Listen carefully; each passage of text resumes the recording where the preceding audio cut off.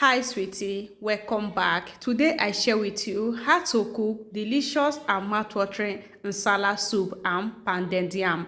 This recipe is everything delicious. I'm going to show you all you need to know to make this authentic and delicious soup. So begin, I'm going to be needing stockfish. Next is to add in is pala fish and then add in yam. Next is to add in is hot pepper. For the seasoning, I'm going to be using knorr cube. So over here we have just 2 cubes of knorr. I just break in that. Next is for me to add in is pepper soup spices and then add in water. For the pepper soup spices, you can as well make use of calabash nutmeg and oda. So if you don't have the full ingredient, just these two is good to go. So just add in salt to taste and then cover this to cook for 10 to 15 minutes until the yam cook and come out very soft. Over here we are going to be needing catfish. I just slice that into little bites, and at the same time I'm going to wash that with hot water. So this is very important. So this water is going to enable us to wash the fish at the same time to get rid of those draw when they come out. Okay, so after that I'm still going to use my knife to scrape the skin so that everything will just come out perfect like this. So just wash that until the fish come out nice, and this point is good to go. Back to the pot. At this point the yam has cooked, so once your knife can go through it, that means it's cooked and ready to go like this. So all I do is to separate all the yam out from the pot of meat, just like this. So next is for me to get that blend. Before that I'm going to be adding water, and next is for us to add in is the catfish, and the center adding crayfish.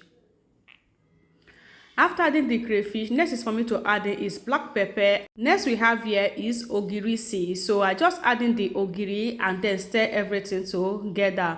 Now you can be adding more water. So this is the water that is going to enable us to get the soup done. So don't add in much water so that you're not going to be cooking River Niger. Okay guys. So at this point all I do now is to allow that to turn to boil. Next for us to be adding now is oziza leaf.